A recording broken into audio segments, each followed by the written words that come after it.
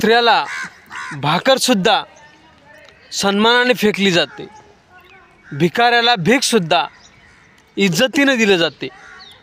पण माझ्या गावातील माता भगिनींना जे रॅशन दिले जातं ते रॅशन या पलीकडचेही बत्तर हालात करून, या पलीकडेही अपमानित करून दिलं जातं। आज भिकाऱ्याला भीक देताना सुद्धा इज्जत दिली जाते, पण हे रॅशन दिले जाताना इज्जत दिली जात नाही।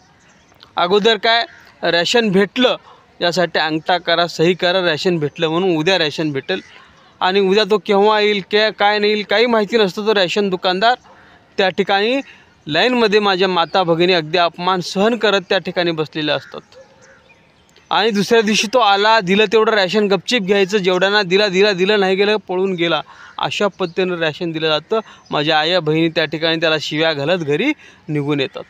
एवढी बेइज्जती करून माझ्या आया बहिणींना रॅशन दिलं जात होतं, ते मला सहन झालं नाही। म्हणून मी त्या ठिकाणी त्या रॅशन दुकानच्या समोर जाऊन बसलो। मोदीजी जेवढं रॅशन देतात तेवढं रॅशन पावतीसह माझ्या आया बहिणींना भेटलं पाहिजे ही मागणी केली। तर औशाचा आमदार अभिमन्यू पवार याने त्या ठिकाणचा रॅशन माफिया अशोक कोराळे याच्यासोबत काही गुंड पाठवले, 15-20 गावात दहशत निर्माण केली आणि माझ्यावर खूनी हल्ला केला, आणि पुन्हा जर तोंड उघडला तर तुझा खून करू अशी धमकी या अभिमन्यू पवारच्या गुंडांनी या रॅशन माफिया अशोक कोराळे यांनी दिला।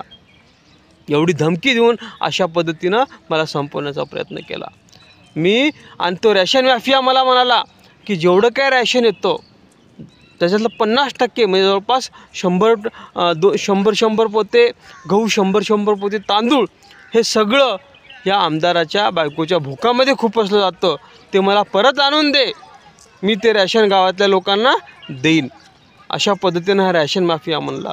म्हणजे जेवढं काय रॅशन येतं त्या रॅशनमधला 50% भाग, म्हणजे माझ्या गावात 400 पोते रॅशन येत असेल तर 200 पोते हे अभिमन्यूच्या बायकोच्या भोकामध्ये खुपसलं जातं, हा असा रॅशन माफिया म्हणतो। म्हणजे माझ्या गावातल्या पूर्ण मतदारसंघातील एवढे हजारो पोते या रॅशन गहू तांदूळ हे आमदार अभिमन्यू पवारच्या बायकोच्या भोकात खुपसलं जातं का? अभिमन्यू पवारच्या बायकोचं भोक आहे का ते भोगदाड आहे का बरमुडा टँगल आहे, हा प्रश्न या ठिकाणी पडतो।